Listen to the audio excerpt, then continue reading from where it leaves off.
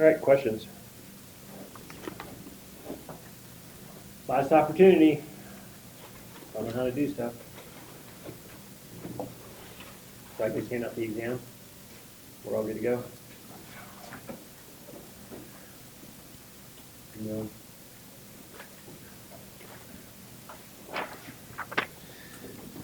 All right.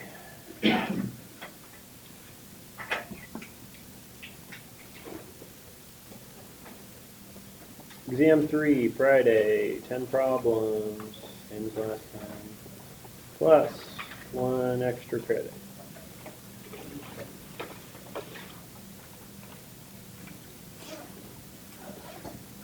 Really, we got 2 sections. You have the number theory section and the induction section.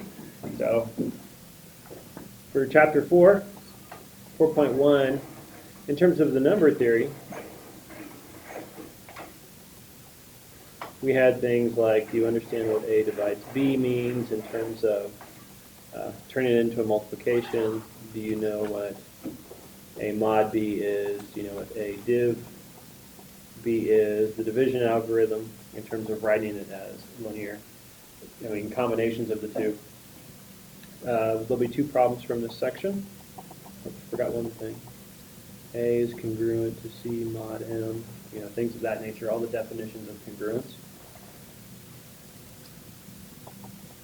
There'll be 2 problems.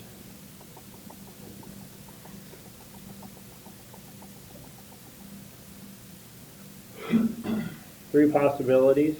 I'm going to pick 2. So the first one could be some sort of proof involving divisibility. For example, if A divides B and B divides C, then A divides C. Things like that. Something that involves divisibility where you'll turn it into algebra. If A divides Z, A is a factor of B is a multiple of A. If B divides C, C is a multiple of B. Show that. That'll also show that C is going to be some multiple of A. Something along those lines. A second possibility would be do a bunch of what's A mod M, what's A div M, problems. So examples of things like that would be, if I had a multi-part problem, it would be things like, okay, what is 17 div 3? What is negative 17 div 3? What would be 17 mod 3? What would be negative 17 mod 3? Problems of this nature. Well, I'll pick some positives and negatives. Do you know what's the mod, what's the div? Could you do it? And once you did it, could you write it in terms of the div mod? Things like this. Could you then put it into some sort of combination of, A is equal to Q times B plus R type of representation?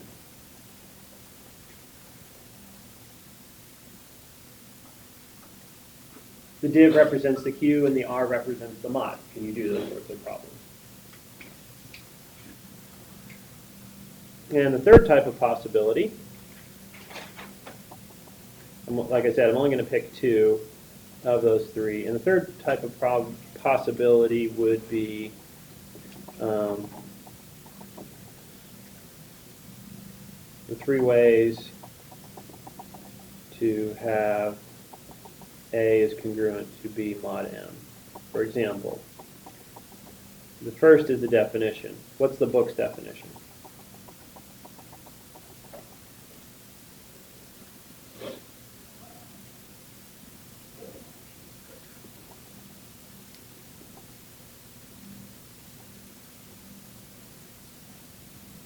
A divides their difference, M divides their difference. And the other 2 would be theorems, right? Which are what?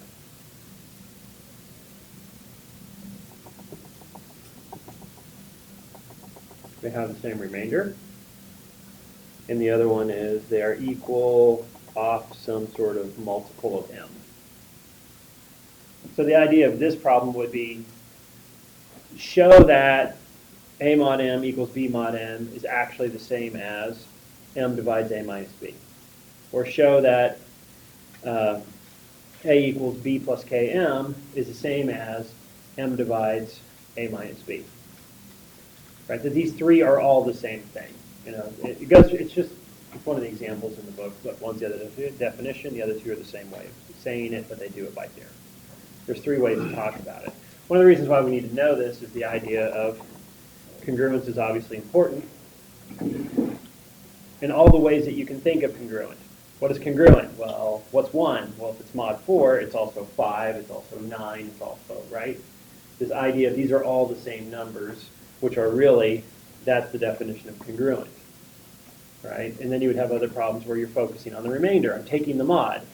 I'm always taking the mod, and so that would be like, you use that definition of congruence when we did that whole NIM proof, right? Oh, wait, what is this congruent to? Well, what's the same? It has to have the same remainder, and that's what I'm focusing on.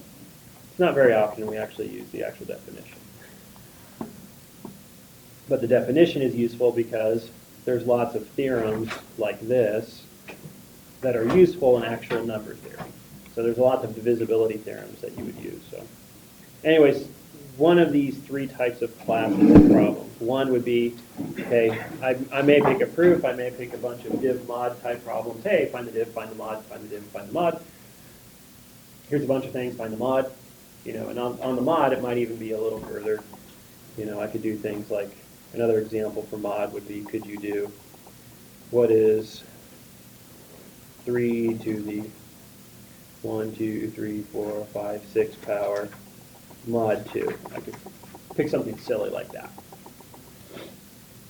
What's the answer? You should look at that and know the answer immediately. What's 3 mod 2? 1. What's 1 to any power? 1. So the answer is 1. 3 is actually 1. So just under mod 2, it's 1. So it's just the entire thing's 1. So something like that where it'll collapse very quickly as long as you understand that modulus goes through everything, right? If it's a product, it goes to the inside. If it's addition, it goes to both. If it's a multiplication, it's exponentiation, it goes inside. If it's multiplication, you take the mod of everybody. And hopefully this thing will simplify down, right? So I could make a problem, you know, like playing around with things like that. You could make some really long-looking stuff. Things like, okay, what would be 2 times 3 to the 17th power plus 123 times 14 parentheses, and then finally all mod 2. Well, if mod goes through everybody, right, what's 2 mod 2? 0. So the rest of it really doesn't matter. So the answer is 0. That's one of those things where it's just like, as long as you understand the rules of modulus, the problem goes quick. If you don't understand the rules of modulus, you'd look at it and say, I bet he has a trick. If I make this really ugly looking thing, it's most likely, and you say, and I have it just as a part of a bigger problem, it's supposed to go fast. So you'd look at it and say, ooh, there's a trick here somewhere. All right, is everybody okay with 4.1?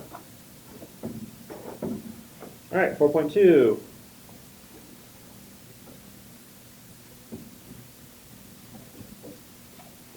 For 4.2, we'll only have one problem. But it'll be everybody's favorite stuff. You're just going to add and multiply 2 things. And remember, 4.2 primarily was about base B numbers, right? So what this one problem is going to be is, could you take a base B number and another base B number and add them? Could you take a base B number and another base B number and multiply them? And stay in base B. No conversion to base 10 because you have a rough time thinking about base whatever. So if you want to play with this, we could do these. Let's not go crazy. How about, could you add 1, 2, 6, in base 7 to 6, 3, 4 in base 7, and add those two. 6 plus 4. 10, but 10 in base 7 is a 7 with 3 left over, right? And what's 1 plus 2 plus 3? 6, which is 6. And then what's 1 plus 6? 7. What's 7 in base 10? Oh, they're careful on your words. It's 1, 0. The word 10 means 10, 7 objects, right, is not 10, it's 7. The word 10 means it's one group of 7 with nothing left over. Is everybody okay with that? What if I would multiply? What if I would take a 1, 2, 6 and multiply by base 7 by 2 and 3 in base 7, and I want to multiply. 3 times 6. 18. How do I write an 18 in base 7? 2 7s and a 4, so I have a 2 up here, and there's a 4. What's 3 times 2? 6 plus 2. 8. So what's 8? It's a 1, 1. Okay, what's 3 times 1? Plus 1. So it's 4, 1, 4 in base 7. And then you would go back and get rid of your carries because we're going to do the entire problem again. And we have a 0 in this position because that's a 2 with no unit, so it's a 0 in the position. What's 2 times 6? 12. What's 12 in base 7? A 7 and a 5, right? 1 7 and a, that's right, yeah, 1 7 and a 5. So there's a 5 here with a 1 up here. 2 times 2? With a 1, just a 5. 2 times 1, 2. Now what do I do with those? Add them, so it is 4, 6, 9, which is 2, oops, 1, 2. 1, 2, which is then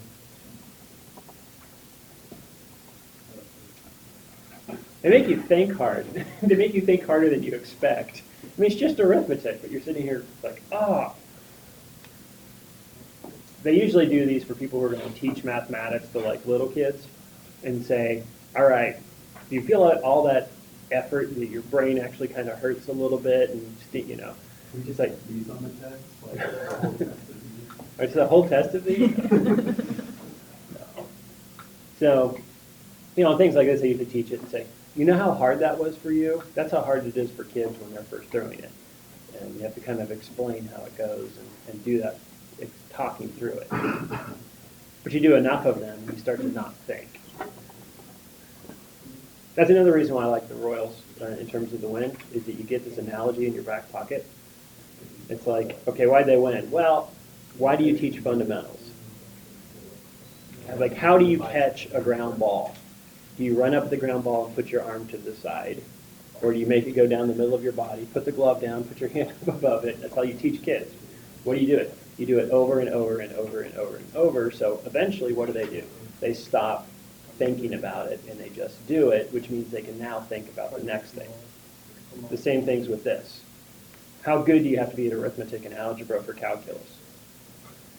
If you're in a calculus, if you're trying to do calculus and you're struggling with your algebra and arithmetic and you're thinking really hard about your algebra and arithmetic, you're going to most likely mess up your calculus too, and the entire problem's worthless. That's why you have these little fundamentals. So it's always fun to have like analogies like that for when you're people, why do I have to do this? Important. All right, so that's 4.2, 4.3. Back to basically primes and the whole GCD and the LCM, which is really just primes, right? We're going to have 2 problems. First problem is going to be prove infinite number of primes. Everybody know that proof? What's the technique that we use? Contradiction. Right? We use a proof by contradictions. We assume that there's a finite number of primes. We generate two numbers. If you give me a finite number of primes, I'm going to generate a first number, which is take all those primes and multiply it. That's a number. Then I'm going to take the integer next to it, which is +1. And then, okay, this is either composite or it's prime, but either way, a prime must divide it, right? If it's a prime, itself divides itself, right? Then you ask, well, if a prime divides it, it would actually divide both of them. And you'd show that, but if it divides both of them, it would have to divide 1, and that's your contradiction. So there can't be a finite number of primes. So be able to do that proof. And the second problem, on the other hand, is going to be you're going to find the GCD of A and B using Euclid's algorithm.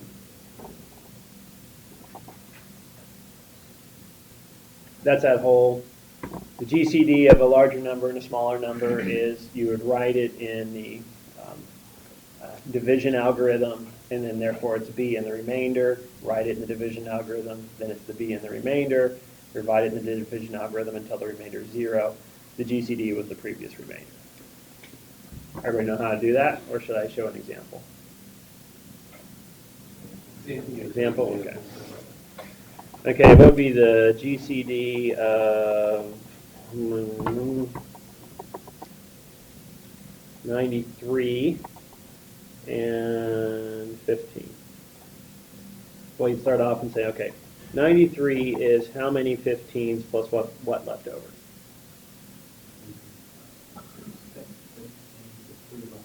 So 6 15s with the 3 left over. And then what do? We go and say, all right, now I'm going to find the GCD of 15 and the remainder, right? So this first part is the whole 93 versus 15 is the first one. I'll just write that like this. Then what do? We say, well, now it's 15 versus the remainder. Well, 15 is how many 3s? 5 plus a remainder of 0.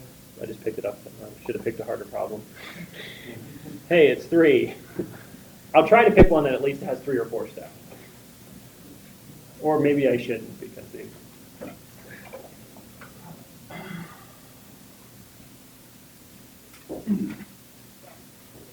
would 12 have taken more steps? No, because 12 is also gets in. 15 just is really close to 96, right? And 12 and 93 would also have a factor. Would have GCD of 3. But if I would take a 12, what's the nearest 12 to 93? Let's see, 60, 36, 3, 4, so 12, there'd be 5, 7 of them? 75, 84, is that right? Anyway, I could actually do the problem, but anyway. That's the bad part is you have to sit there and you have to, all right, I want it to be this hard. That's too easy. Let's try the one above the 0. It's the remainder above the 0. Right. Okay, how about, let's pick things that are relatively prime. How about the GCD of 93 and 11? Is that further? I think so, because 77, 88. Yeah, that would work. Okay, 93 is how many 11s? 8 of them. 88, which would be how short of 93? 5. And so I did my 93 versus 11. Now I move on to 11 versus the remainder, which is 5. 11 is how many 5s? 2 5s with a 1 left over. And now I move on to 5 versus 1. And 5 is equal to 5 1s plus none. Therefore, that is the GCD. The number in front of above the 0.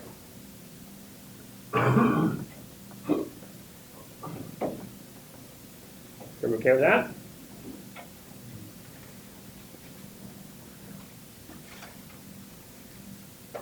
All right, 4.4 is skipped, sorry.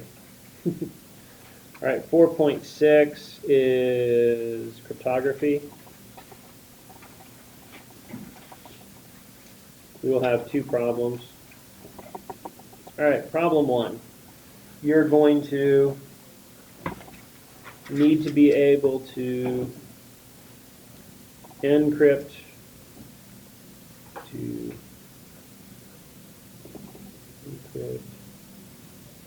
and back. Be able to do both of those, right? Go from plain text to cipher and back. What should we know on this? What sort of encryption, decryption should you know? You should know a shift. You should know an affine shift. And what would be the last one that I could make you do?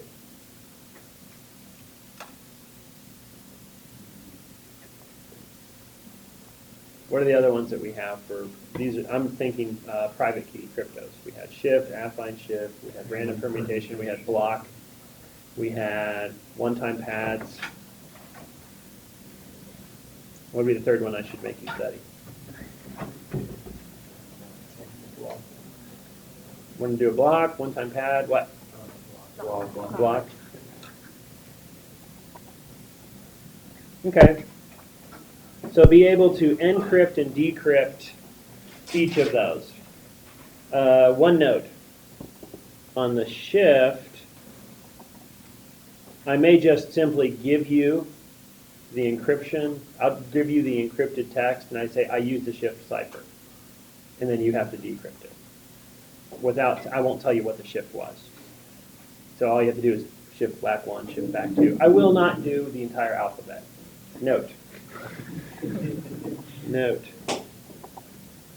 I will use, how many letters do you want? That's a little short. That's pretty hard to make. What do we have? I have a language that has 2 sounds. B. So what are we going to say? Bubba.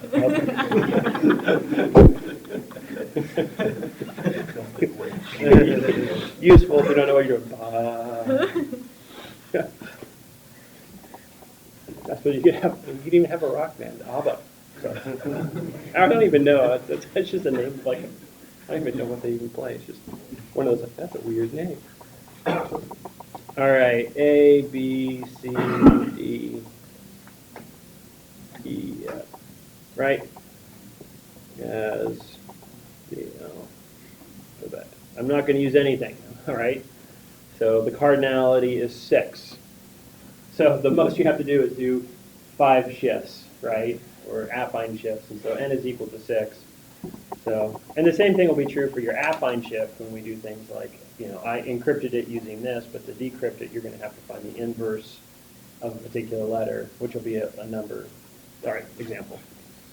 Affine shift. Let's say that f of the plain text is equal to, all right, I eventually am always going to obviously do mod 6 because this is always the cardinality. This number, since the alphabet is 6,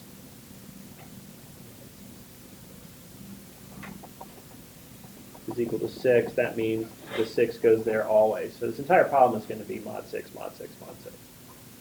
All right, and then for the multiplication, the shift can be anything I want, right?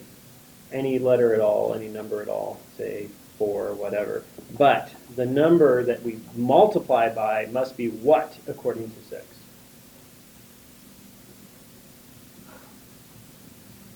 Anybody? I couldn't pick the number 2. I couldn't pick the number 3. I couldn't pick the number 4 or 6 or 9 or 8 or 10. Why?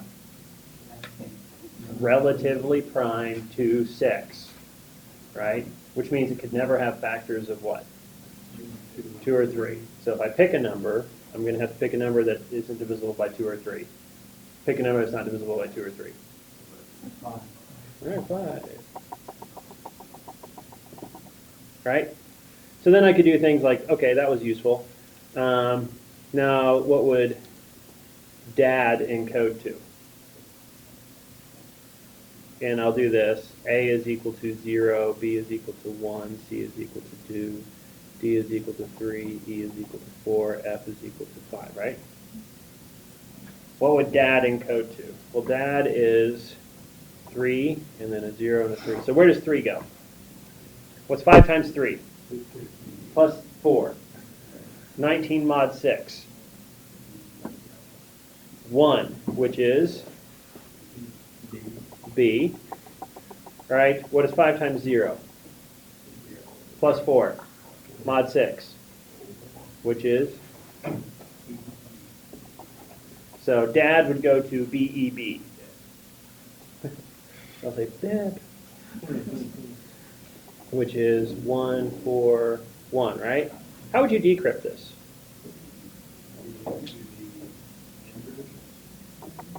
Which is going to be what? We would take C first.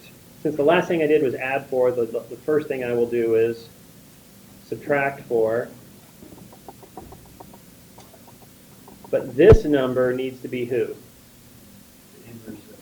The inverse of 5. So what's an identity? It's 1. Now you could do this the hard way, easy way actually, by doing Euclid's algorithm and doing all the reverse stuff, right? But there's a couple approaches to this. I need to find 5's inverse. 5 inverse mod 6. How would you do that?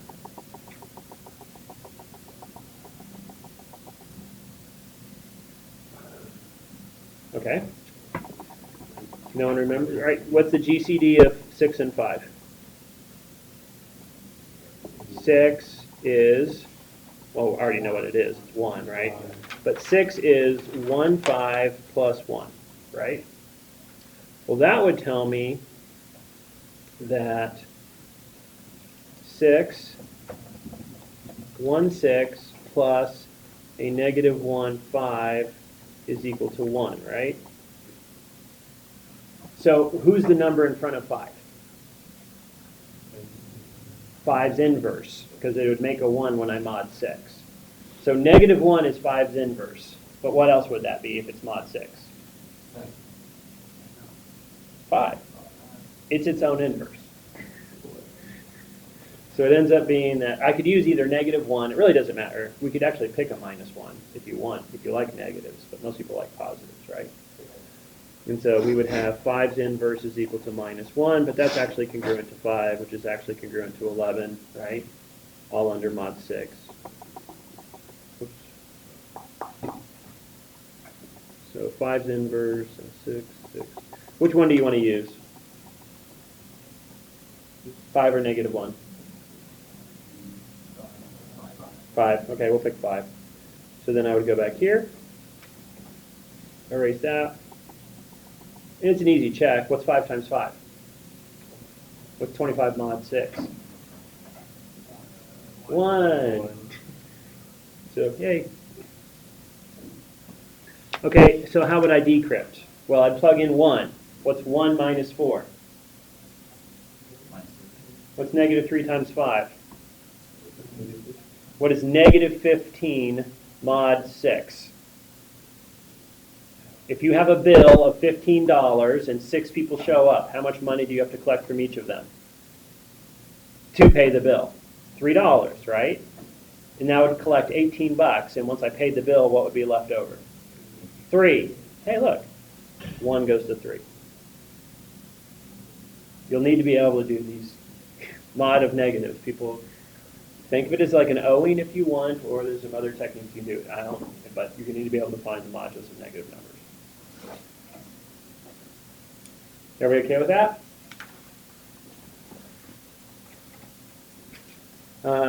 So you'll need to be able to understand how to do shifts and affine shifts and block. You know, one of those, maybe a couple of those. If I pick something easy like shift, I'll probably pick shift and block because it's really straightforward. It's like I can add 1, yay!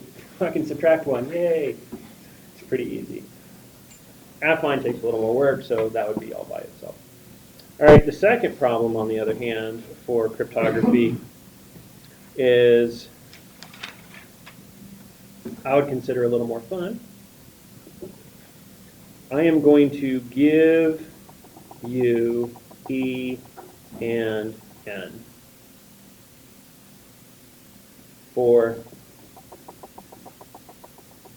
that whole f of p is equal p to the e mod n, and f inverse of c is c to the d mod n, public key crypto.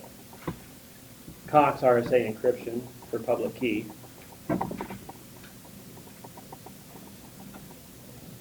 So what I'm going to give you is simply E and N.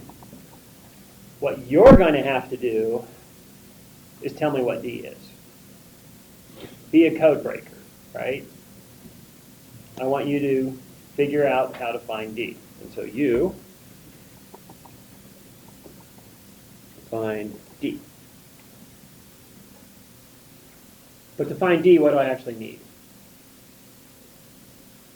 How do you do public key cryptography? What's the N come from?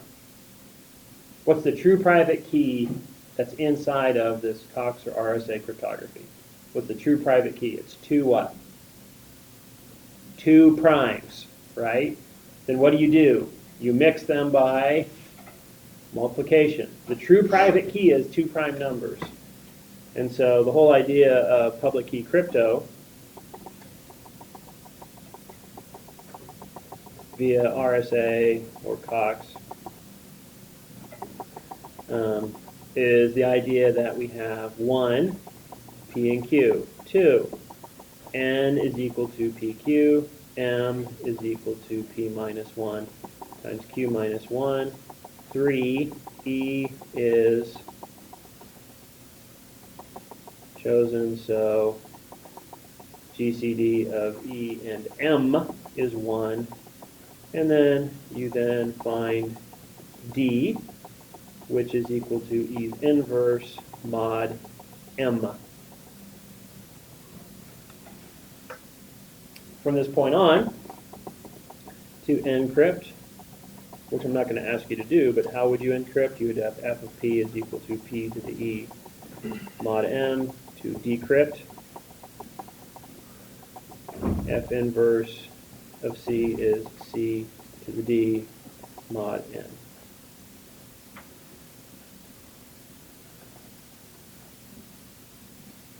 The decryption function is just raise it to the d power mod n, and we're back to where we were.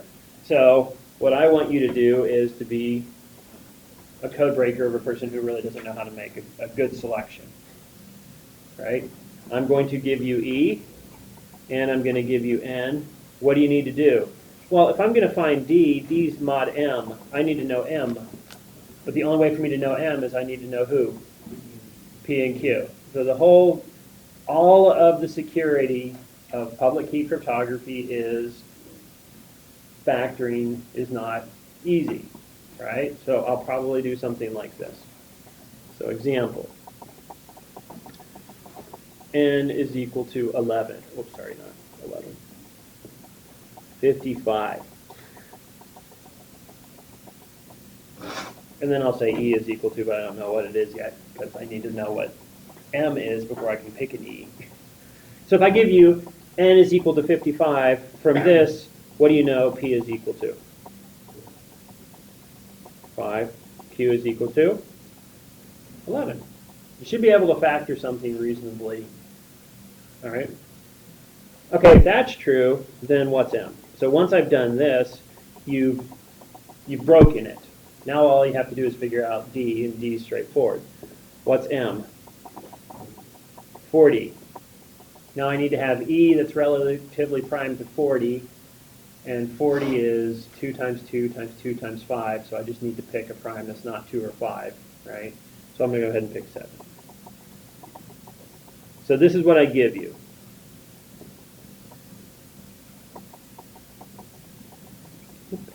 I will give you 55 and 7 if it was exactly this problem.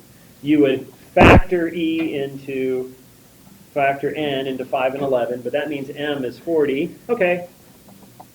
Is the GCD of 40 and 7 actually 1? How do I find it? 40 is how many 7s? 5 7s with what left over? 5. Now I move on to, well, okay, what about 7 versus 5? 7 is how many 5s? With a 2 left over. And then I move on down to, okay, what about 5 versus 2? 5 is 2 2s plus 1. There's my GCD. I can just stop because I know what it was going to be, right? So there's my GCD. Now what am I looking for? This is the exact same problem as finding the inverse that we did for the affine shift I just did. Right? What do I have to do? I go backwards. 1 is equal to a 5 minus 2 2s. But what's 2?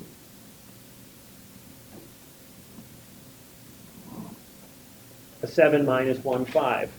So that means 1 is equal to 5 minus 2, 7 minus a 5. But what's that?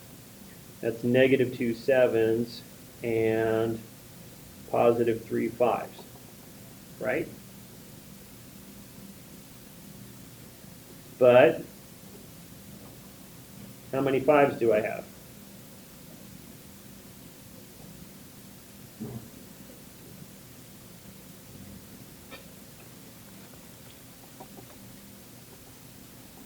How many 5s do you have? 40 minus 5 7s, right? So what have I shown? 1 is equal to 3 40s minus 17 7s. And that should always happen. If you have the GCD is always going to be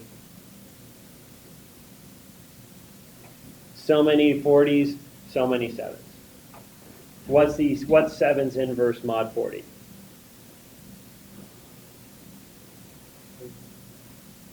But do I want negatives? No. So how do I go to a positive? Since I'm taking mod 40, it becomes what? So 7's inverse is equal to negative 17, but that's congruent under mod 40 to what? Add 40 to that. What am I at? 23, and I call that D. And it's broke. So how do I decrypt? Take the cipher, raise it to the 23rd power, take modulo n, modulo 55, you're back. So really what this is asking you to do is do Euclid's extended algorithm and be able to find an inverse. Really what it means is, can you do arithmetic? A lot of arithmetic in the appropriate order. And not, hopefully, at the very beginning, make one little arithmetic error. Here's a good question about fundamentals. What if you have a hard time with multiplication and factoring? What's the probability if you make a mistake at the beginning of this problem? And then what happens from that point on? It's garbage. It means nothing. So be careful on that. All right, and on chapter 5. So 5.1, 5.2, 5.3 are all induction stuff. So for all of induction, we're going to have 3 problems. One will be a weak induction. Do you want it to be like one of those equation ones? Would you like it to be an inequality one? Would you like it to be like the chessboard one? Would you like it to be a snowball fight one? So when you have what I'm asking for the propositional function that you're trying to show is always true, do you want it to be an equality? Like 1 plus 2 plus everything up to n is equal to n times n plus 1 over 2. You know, prove that using weak induction. Or would you rather have it be an inequality? That when we add the harmonic numbers, you know, 1/2 plus 1/3 plus 1/4 plus 1/5 is always going to be less than, you know, some sort of linear function. So I think greater than a linear function, so it goes to infinity. Yeah, like one of those inequality ones. Or would you rather have it every 2 to the k by 2 to the k chessboard with a piece missing can be tiled?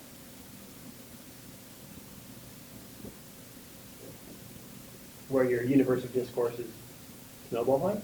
Universe of discourse, I mean, like people throwing snowballs.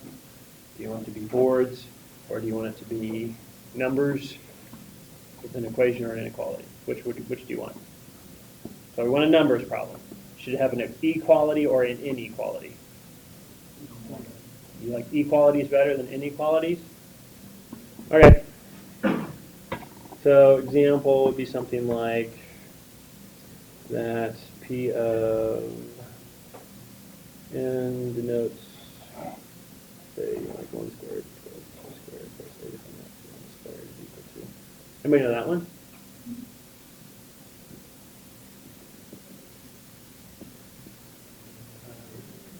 It looks familiar. You gotta know these. How would you prove that? What's the basis?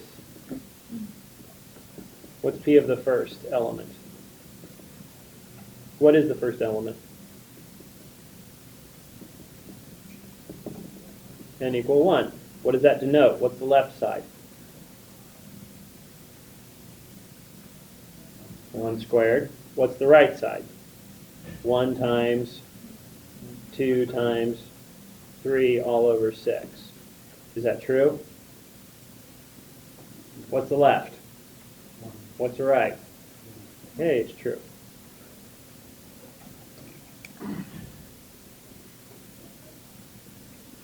So true. How would you do your inductive? What would I assume? That P of the n equal k, right? P of n equal k, which means what? 1 squared plus 2 squared plus everything up to k squared does indeed equal to k times k plus 1 times 2k plus 1 all over 6. What do I want to show? What's your goal? N equal k plus 1. What does the left-hand side look like on that thing? 1 squared, 2 squared, all the way up to k plus 1 squared. What does that need to be equal to? K plus 1? K plus 2? 1, which is 2k plus 3 over 6. And so you have your different approaches. This would be a one, just play with something like that, right? In other words, what's sometimes annoying about problems like this is what do you need to be good at? Algebra. And hopefully you don't make an algebra mistake. Though I've actually seen it because you usually write, this is where I'm at, and this is where I want to go.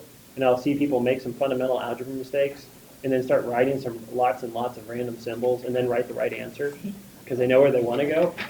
It's like, he shall lose track. Don't do that. If you get lost, just get lost and admit to it. Don't try to do a bunch of hand waving. And a miracle occurred. All right, second one, be strong inductive.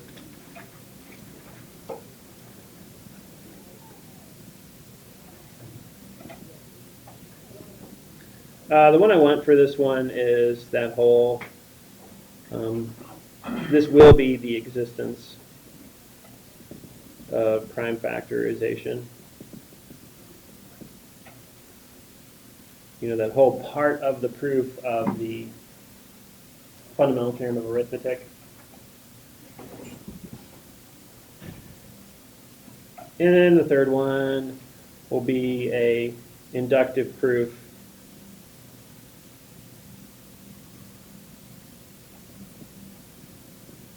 with Fn in it, which is if I show you Fn, what do I mean?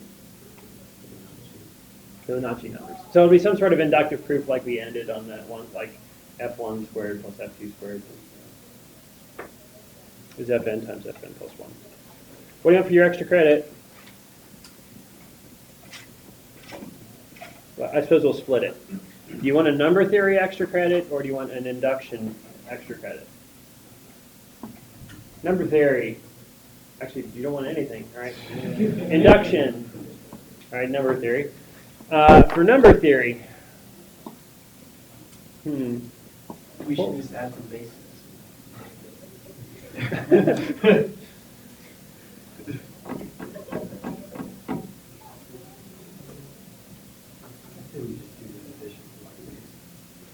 Just addition with like bases. Do a base 10 addition.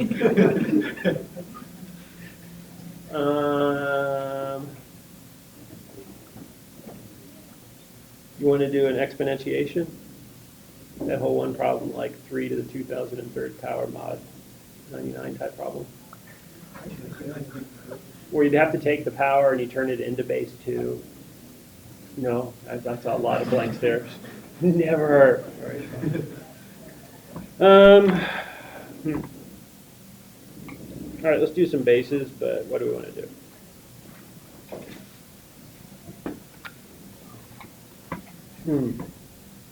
Something harder than plus and times. What would be harder than plus and times?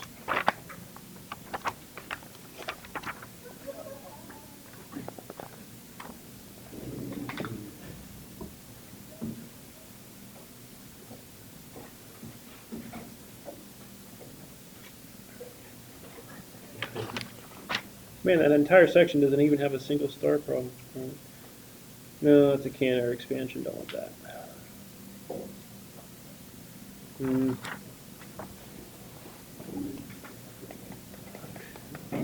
Darn. Maybe we find an inverse. Maybe you give us we solve it algebraically. So you give us a base, and then you give us the answer, and then what's the step between? Suppose I could do this. Everybody here can do this arithmetic, right?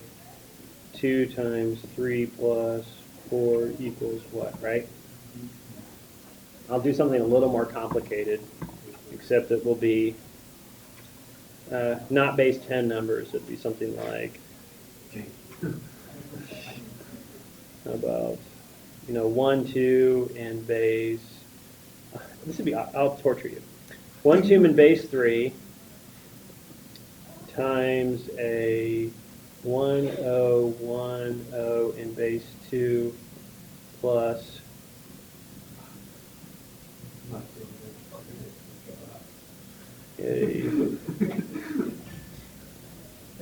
a 0, 7 in base 16.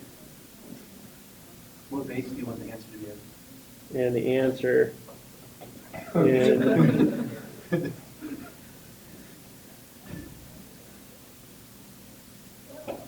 I won't probably go that crazy, but base 5. That'd be torture. This is overkill. This is overkill. But if you can do this, you'll be ready. You'll just give us the degree right there. So you can pass the full thing. No, that's just. We're done with college. The problem with this is that it would take a little. I mean, I'll try to keep them short and small so that you can shift between bases reasonably. And not, it's not going to take 30 minutes, no. But it does, you get to use your bases. It's just multiplication, addition. Did you get anything else on the test? It's like, I was doing no, I did the extra credit the whole time. All right, so, I mean, I won't make it that hard, but it will mean, like the others, you need to be good at arithmetic. It's like when you get through these, arithmetic and algebra can kill you on these if you don't have them as a skill set. But I think everybody's gotten to this point, you're good at it. So, all right, that's it.